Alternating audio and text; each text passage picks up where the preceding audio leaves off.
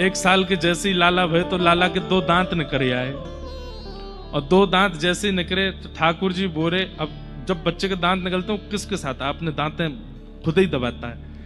ठाकुर जी के मन में आई अब तो मेरे दांत निकल आए, अब मैं सबन ने कैसे बताऊं कि मेरे दांत निकल आए, अभी बोलना तो आवे ना है।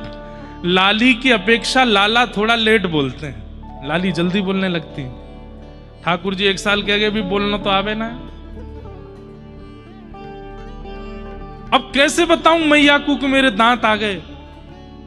बगल में दाऊ दादा बैठे, दाऊ दादा को हाथ उठाया, उठाए करके अपने मुंह में लेके जोर से काट गए, और जैसे ही काटे यस दाऊ दादा चिल्ला, मैया मैया मैया मैया काट गो काट गो काट गो। अब मैया ने जैसी सुनी काट गो तो मैया सोची कोई बछड़ा काट गो होगो, दौड़ी भीतर थे, और जैसे ही आकर के देखी तो आंगन में श्री गोपाल जी दाऊ दादा को मुंह अपने हाथ अपने मुंह में लेके जोर से काट रहे हैं और छोड़ नहीं रहे हैं। मैया देख लाला मुंह काट गो। यशोदा मैया ने जैसी देखी हैं, आए करके हाथ हटायो, बलराम जी अपना हाथ देख रहे हैं, और यशोदा मैया होठ उठा उठा के लाला के मुंह देख रही, अरे मेरे लाला के तो दतुइयां आ गई, अरे मेरे लाला के तो दांत आए गए हैं, मेरे लाला के तो 2-2 दतुइयां निकल आई। मैया तो कहीं जाए करके बोली ढोल बजाओ नगाड़े बजाओ उत्सव मनाओ। बोले कौन को उत्सव? बोले दंतावली प्रकट उत्सव होएगो, लाला के दांत निकल आए। दाऊ दादा बोले मेरा हाथ काट गो, यहाँ उत्सव मनना है। हाँ ले लेंगे विराज जा, ले लेंगे। इधर देखो,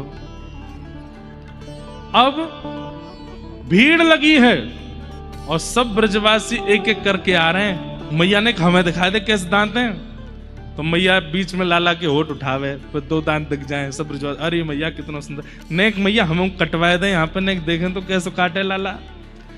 इतना प्रेम है ठाकुर जी से। आहा, सब ब्रजवासी आनंद कर रहे हैं। मैया लाला को लेकर के घूमती है, नाचती है, आनंद करती है, सब क्रिया करती है। ठाकुर जी ने सबसे पहले शब्द का उच्चारण किया। मैया गोद में लेकर के बोली लाला बोल मैया। ठाकुर जी नहीं बोले। नंद बाबा बोले मोए दो, मेरा नाम बोलेगो। लाला बोल बाबा। ठाकुर जी नहीं बोले। बलराम जी अपनी गोद में लेके बोले लाला बोल भैया, नहीं बोले। इतने में ही गौशाला की एक गैया निकल आई बाहर। सो ठाकुर जी उंगली करके बोले गैया, और जैसे ही गैया बोली है, यशोदा मैया बोली लाला दोबारा बोलियो, कहा बोली तेने? बोले गैया। सबसे पहला शब्द पर ब्रह्म ने ब्रह्मांड में आकर के क्या बोला? गैया। गैया शब्द बोले हैं सबसे पहले।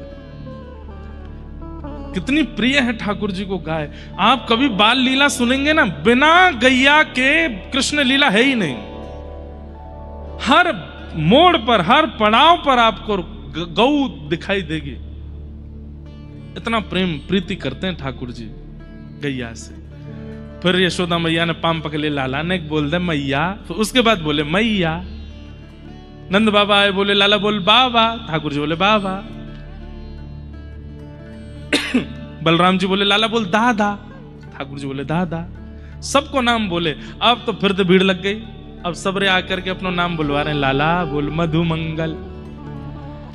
ठाकुर जी मधुमंगल की ओर। अच्छा, मधुमंगल श्रीदामा सब ठाकुर जी से खूब बड़े हैं उम्र में।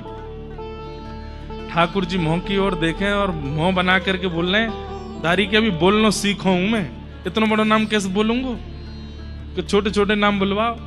इतने में सीदामा, लाला बोल सीदामा। ठाकुर जी बोले सीदामा। सीदामा बोल गए, मधुमंगल नहीं बोलो। फिर कहा भयो सब सखान ने अपने छोटे छोटे नाम रख लिए, तन सुखा, मन सुखा, धन सुखा, सुबल तो, ये सब ठाकुर जी के सखा भय। सब ऐसी लीला ठाकुर जी कर रहे हैं। अब धीमे धीमे ठाकुर जी चलन लगे, और जैसे ही चलन लगे मैया ने लाए करके नूपुर पहनाए दिए ठाकुर जी के चरणन में। छम छम करते हुए ठाकुर जी पूरे आंगन में डोल रहे हैं। ऐसी अद्भुत लीला कर रहे हैं। मैया ताल बजावे और ठाकुर जी ठुमक ठुमक करके नृत्य कर रहे हैं।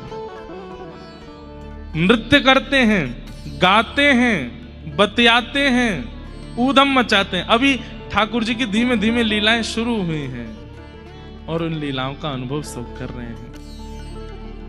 ऐसी लाल जी की मधुर लीला है। बंधुओं, व्यक्ति अपनी स्थिति का भान तभी भूलता है जब प्रेम अतीत हो जाता है, अति हो जाए।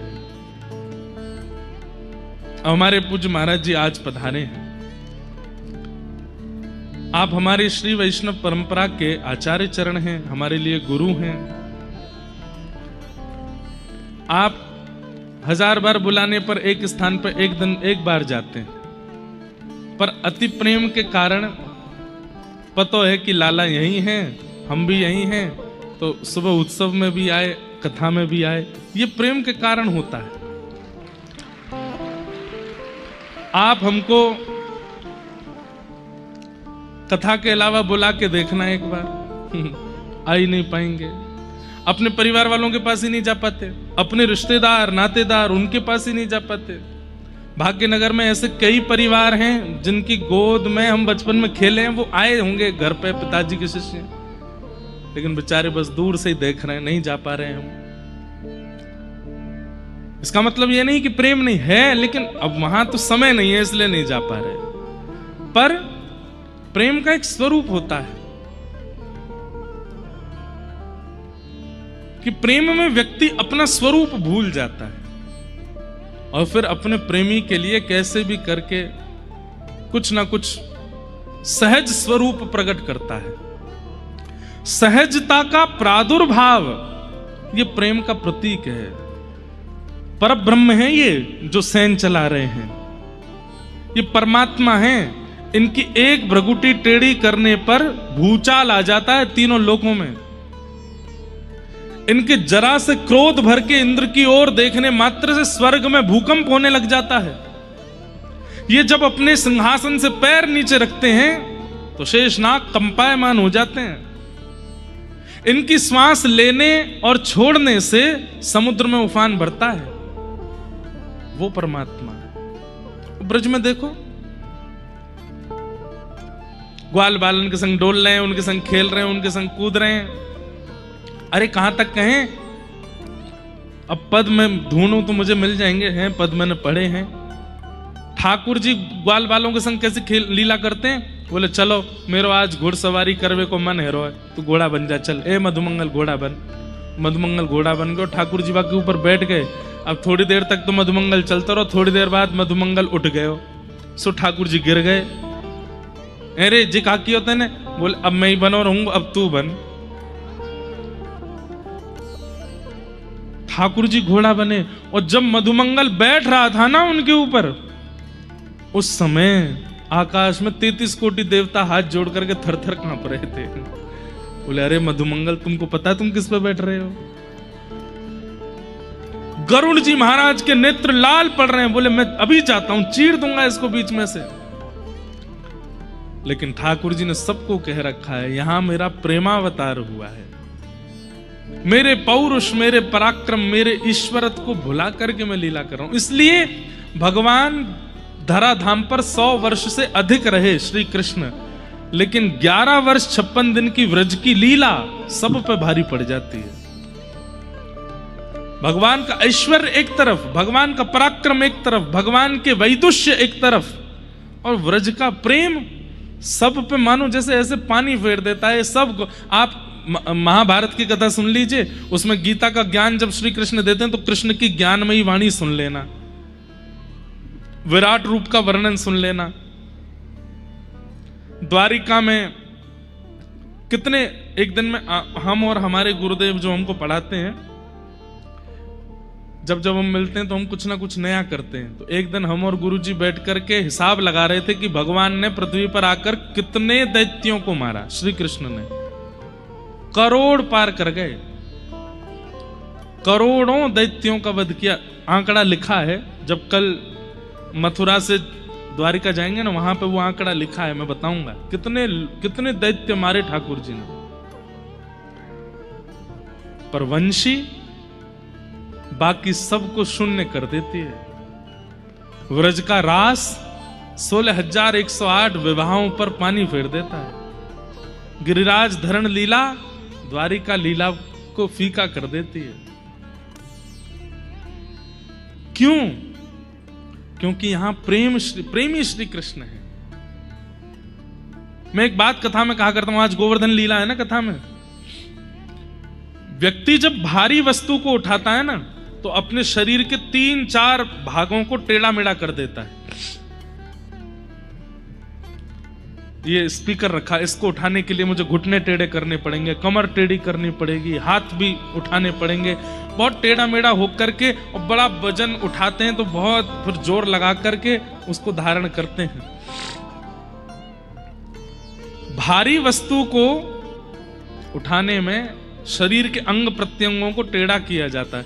पर अब ये है, इसको उठाने के लिए हमें कुछ नहीं करना पड़ा, उठ गया, क्योंकि भार नहीं है। लेकिन कृष्ण लीला में 7 कोस लंबे चौड़े गिरिराज पर्वत को ठाकुर जी ऐसे उठाते हैं सीधे, और 40 ग्राम की वंशी को पाम टेढ़े, कमर टेढ़े, गर्दन टेढ़ी, और फिर ऐसे उठाते हैं, सब टेढ़े है जाए। क्यों? गिरिराज धारण में प्रभाव का दर्शन है और वंशी धारण में प्रेम का दर्शन है। ठाकुर जी मानो टेढ़े क्यों खड़े हैं वंशी धारण में? ये हाथ पांव टेढ़े क्यों किए ठाकुर जी ने? ठाकुर जी कह रहे हैं मेरे अंग प्रत्यंग कोई के सामने ना झुकेंगे सिवाय प्रेम के। प्रेम के आगे झुक जाऊंगा।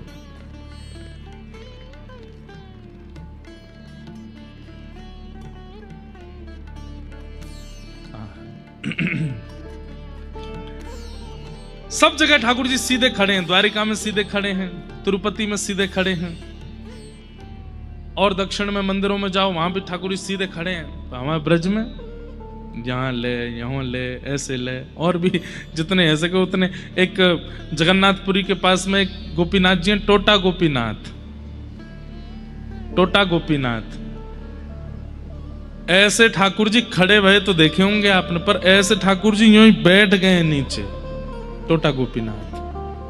कथा हमने सुनाई है कई बार कथाओं में। प्रेम तो श्री कृष्ण जो ये लीला कर रहे हैं ब्रजमंडल में, ये प्रेम के अधीन होकर के कर रहे हैं। ठाकुर जी भूल गए कि मैं ईश्वर हूं, परमात्मा हूं, परब्रह्म हूं। और दूसरा कारण, पहला तो ठाकुर जी, अच्छा एक बात कह दें, कोई अतिशयोक्ति नहीं, श्री कृष्णावतार भगवान का स्वांतः सुख है। क्या है? निज सुख, खुद को सुख देने के लिए ठाकुर जी ये लीला कर रहे हैं।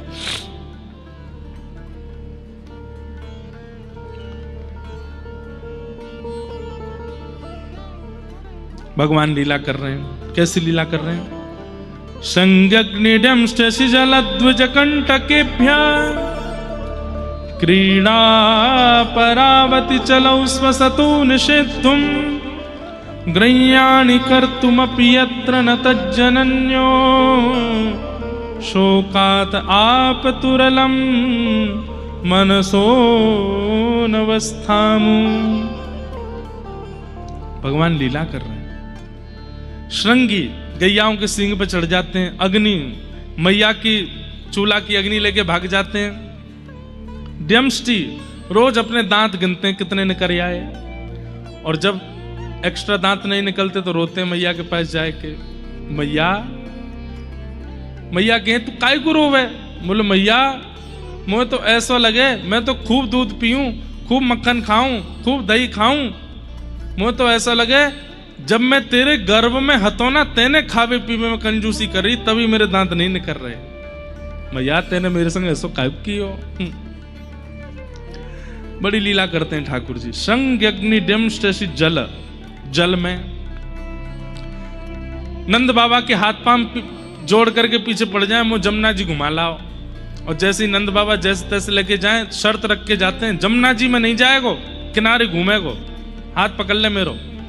और किनारे पर जाए करके फिर कभी एक अपनो पाम डुबा दें भीतर में, फिर कभी दोनों पामन ते कूद जाएं जमुना जी में।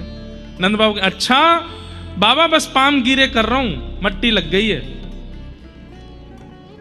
और फिर करते करते करते जैसे ठाकुर जी पता चले यहाँ ने गहरो है, सोई गलती ते हाथ छुड़ाए के वहां में कूद जामे, और कूद करके कहें अरे बाबा बाबा मैं तो डूब रहा हूं, डूब रहा हूं, डूब रहा हूं। जैसे ही नंद बाबा हाथ, लाला हाथ पकड़, सोई ठाकुर जी दोनों हाथन ते बाबा पकड़ के उन्होंने खेल ले। क्यों? अकेले डांटना है पड़ेगी, दोनों में पड़ेगी अब। मैया नंद बाबा के चल लाला तेरी शिकायत करूंगा आज मैं। ठाकुर जी के आज तो मैया बहुत मारेगी, गिरो है गऊ में पूरा, मेरे बाल गिरे। अच्छा ठाकुर जी के केश बड़े बड़े हैं, मैया जैसे तैसे ऐसे जूड़ो सो बनाए के यहाँ रखे, आज सब गिरे है गए। अब जैसे ठाकुर जी अच्छा एक अंदर की बात बताएं, हमारे ब्रज के लाला हफ्ता में 1 या 2 बार नहाते हैं बस, रोज नहीं नहाते। और रोज नहाते हैं पता कैसे? वस्त्र गीलो करके मैया आंख पहुंचते, नाक पहुंचते, गाल पहुंचते, कान पहुंचते, हाथ पहुंचते, है को नहा लियो लाला, बस इतना ही बहुत है। दाऊ दादा के मैया तू यार नहावे क्यों ना है? बोले बिना नहाए तो पूरे दिन नजर लगी रहे यार, नहाए दूंगी तो कहा होएगा। और जादना मैया नहावे, ठाकुर जी आज नहाए हैं, नहा करके फिर मैया बढ़िया सुंदर उर्दपुंड लगाती है, पत्रावली का श्रृंगार करती है। ठाकुर जी को पत्रावली बहुत प्रिय है। ठाकुर जी को पधराने के बाद कभी विशेष उत्सव पे ठाकुर जी जैसी पत्रावली अपने लगा ले करो, अच्छा लगता है ठाकुर जी को, पत्रावली लगा ले। सुंदर गले में कंठा पहनावे, हार पहनावे, कौंधनी पहनावे, बढ़िया रेशमी धोती पहनावे, एक सुंदर पटका यहाँ पे डाल करके लाला के हाथन में धारण करा दे, मोटे मोटे कड़ूला पहनावे। सुंदर ठाकुर जी जब तैयार रह जाएं, दूर ते मैया देखे, लाला की बलैया लेवे, आरती कर दे, और आरती करवे के बाद फिर कहे लाला इतकुआ, गोद में बैठा के फिर आंखन में जितनों काजल लगो सब फैला दे, जितनी पत्रावली बनी सब मिटा दे, बाल ठीक है सबन को बिगाड़ दे, और जितने श्रृंगार करें सबन को अस्त व्यस्त कर दे। ठाकुर जी बोले मैया तू बड़ी विचित्र है, पहले तो श्रृंगार करे फिर सबन बिगाड़ दे। मैया की भावना है मैं अपने लाला को श्रृंगार करूं, फिर मैं ही देखूं, फिर कोई और नहीं देखे, बाकी सबन को लाला इतना सुंदर नहीं दिखे। यशोदा जी की प्रेम लक्षणा भक्ति बंधुओं बहुत दिव्य है। कभी अवसर मिलेगा ना, केवल यशोदा जी के प्रेम पर चर्चा हो 7 दिन, कैसा प्रेम है यशोदा जी का। ठाकुर जी सोचने लगे कि आज तो मैया डांटेगी, मेरे बार गिरे है गए। तो जैसे ही नंद भवन आयो, तुरंत बाबा की हाथ छोड़ करके भागे दौड़ के, नंद बाबा भी तो गिरे हैं, नंद बाबा कहते आ रहे हैं चल घर तेरी शिकायत करूंगी, आज मैया ते जाके कहूंगी तू ऐसा वैसा उदम मचावे। ठाकुर जी पहले ही दौड़ करके गए, और जैसे यशोदा मैया गोद में गए, अरे लाला तो रो काई को रो है, जोर जोर से रोने लगे। और तेरे बार के, अच्छा तू जमुना जी में नहायो? मैया मैं सांची कह रहा हूं, नंद बाबा को नहावे को मनो सो मुंह में धक्का दे दियो, देख मैया बाबा गिरो आ रहा होगो। यशोदा मैया गोद में लेके बाहर आई तो देखी नंद बाबा गिरे। मैया बोली बुढ़ापे में शर्म ना आवे तुम्हें? मैंने बोल के भेजी कि आए मत गिरी, जाए मत लेके जाइयो जमुना जी मत नवी, खुद तो नहाए लाला हुए धक्का दे दियो। नंद बाबा बोले यशोदा जी वास्तव में हमारो ही लाला है, इतना झूठ बोला है, इतना झूठ बोला है कि कहा बताऊं। ठाकुर जी कंठ ते लगे, देख ले मैया सुबेरे तो गोपी में झूठो झूठो के, अब बाबा झूठो कह रहा है। मैया कहे ना मेरो लाला झूठो ना है। और जैसे ही मैया अंदर घर में ले जाने लगे, नंद बाबा कहे वारे लाला बहुत उद्यमी है, सब पीछे तो ऐसे हाथ दिखाते हैं। ऐसे ठाकुर जी की लीला। ये सब क्यों कर रहे हैं ठाकुर जी? सबके चित्त में प्रेम प्रकट कर रहे हैं। यही बात तो कह रहे थे वेदव्यास जी से कि आपने सब जगह प्रभाव दिखाया श्री कृष्ण का, उनका स्वभाव क्यों नहीं दिखाया कि वो कितने प्रेमी हैं, कितने प्रिय हैं। इसी कलिकाल में ऐसी ही लीलाएं ठाकुर जी ने गुसाई विठलनाथ जी के साथ की, कुम्मन दास के साथ की, गोविंद दास के साथ की, मीराबाई के साथ की, सब अपने प्रिय वैष्णवों के साथ भी ठाकुर जी ऐसी लीला करते हैं। हम वंचित रह रहे हैं, पर अनुभव करोगे तो आपको भी उस लीला का अनुभव हो जाएगा। ठाकुर जी श्रृंग्यग्नि डमशि जलद्विज कंटकेभ्य, द्विज एक बहुत सुंदर लीला है कि ठाकुर जी रोज नंद भवन ते सवेरे निकस के जामे और राह में जो भी साधु मिले, महात्मा मिले, ब्राह्मण मिले, संत मिले, वैष्णव मिले, वाकू देखते ही दंडवत प्रणाम करें। और ठाकुर जी को दंडवत कर तो देख सबके मन पिघल जाए। अरे नेक्सो सो लाला कैसी लोट रो है जमीन में, अरे लाला ऐसे दंडवत ना करे करें, तू काय को दंडवत, मैं तो सवेरे तो ढूंढ रहा हूं वहां पे। और ये बात ठाकुर जी सबसे कहते हैं जितने मिलते हैं, कोई जान पहचान नहीं है। गोकुल में गलती से कोई वैष्णव आ जाए, ठाकुर जी उसको दंडवत प्रणाम करते, सवेरे ते आप पे ढूंढ रहा हूं, मोए लाला मोए तू मोए जाने, मैं ना जानू, मेरे बाबा जाने आपको। टमाड़ है सब्जी आन दयादारी के शाम को बताऊंगी। और जाए के पवा में, इतने में दूसरे संत आ जाए, उन्हें पवा में समन, अच्छा पवाने के बाद दक्षिणा दो नहीं तो फिर भोजन कैसा, सबको दक्षिणा देते हैं। शाम को ठाकुर जी आते हैं, यशोदा मैया बैठी है, अरे लाला इतकुआ। ठाकुर जी कहा हाँ मैया बता, ये तू कैसे कहा करे सवेरे जाए के सबरे संत महात्मा ने न्योता दे दे कि घर जाओ मैया इंतजार कर रही है। और यहां इतने महात्मा आ गए, सवेरे तो 200 महात्मा ने पवाए चुकी हूं भोजन। लाला मोए पवावे में दिक्कत ना है, लेकिन पहले पता हो कि 200 महात्मा आवे तो रसोई वैसी बने। अब यहां 4 आदमी इनके काजे सब्जी बने और आज हमें 200, बार बार चूल्हो जलानो पड़े, काय को करे तू ऐसो। मैया तू मेरी बात मानेगी? बोले हाँ। देख मैया 2 कारण। बोले कैसे? बोले पहलो कारण मैंने एक कथा में सुनी, घर में जितनो धन है वह धन को कैसे भी करके व्यय करना चाहिए सेवा में। मुझे ऐसा लगे नंद बाबा की इतनी संपत्ति है, यशोदा मैया की इतनी संपत्ति है, कहीं यह संपत्ति तो मेरी मति खराब नहीं है जाए, कहीं मैं बड़ा हूं मेरी मति खराब है तो या हमारे अबई बालपन में ही मैया तो खूब दान करवाए दूं, तो मैं घर भेज दूं बिन बताए, तो रोटी बना बना के सबन ने पवाए दे, दान करे, बातें मैया भविष्य में मेरी मति ही सुंदर होएगी। मैया बोली लाला बात तो ज्ञान इनकी सी करे। हाँ मैया यही मारे में भेज दूं, ताकि अन्न दान, वस्त्र दान और धन दान ये हमारे नंद बाबा और यशोदा मैया को है तो रहेगा, धन शुद्ध होगा तो मैं भी पवित्र रह जाऊंगा। यशोदा मैया अच्छा दूसरो कारण कहा है लाला, तूने कही ना 2 बातें। ठाकुर जी बोले वो ना बताऊंगा। ना बतानी तो पड़ेगी लाला। ठाकुर जी बोले मैया बता दूं तू मारेगी तो नहीं? ना मारूंगी। बोले मेरी सौं खा ना मारेगी। मैया बोली मैं ना मारूंगी तू बता ना। बोले पहले हाथ छोड़ मेरे ताकि मैं भाग सकूं। भैया बोली ऐसी कहा बात, अब तो हाथ पकड़ और लियो। ठाकुर जी बोले मैया हाथ छोड़ दे मैं तुरंत बता दूंगा। मैया ने कहा ले छोड़ दी, अब बता।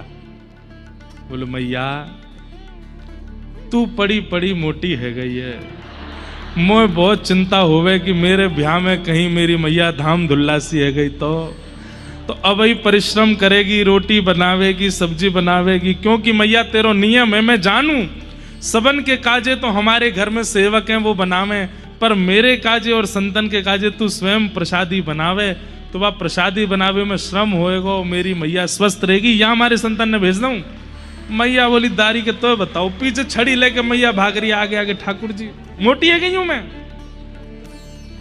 ऐसे ठाकुर जी लीला कर चित्त में ऐसे बस गए हैं ब्रजवासियों के कि सोते हैं तो श्री कृष्ण याद आते हैं, उठते हैं तो श्री कृष्ण याद आते हैं, चलते हैं तो अरे कहां तक कहें, गोपियां जिनका घर यमुना जी के तट पर है वो जानबूझ करके नंद भवन तक आती हैं और फिर वहां घूम करके मटकी लेके जामे भीतर देखती भाई कि दिख जाए कन्हैया।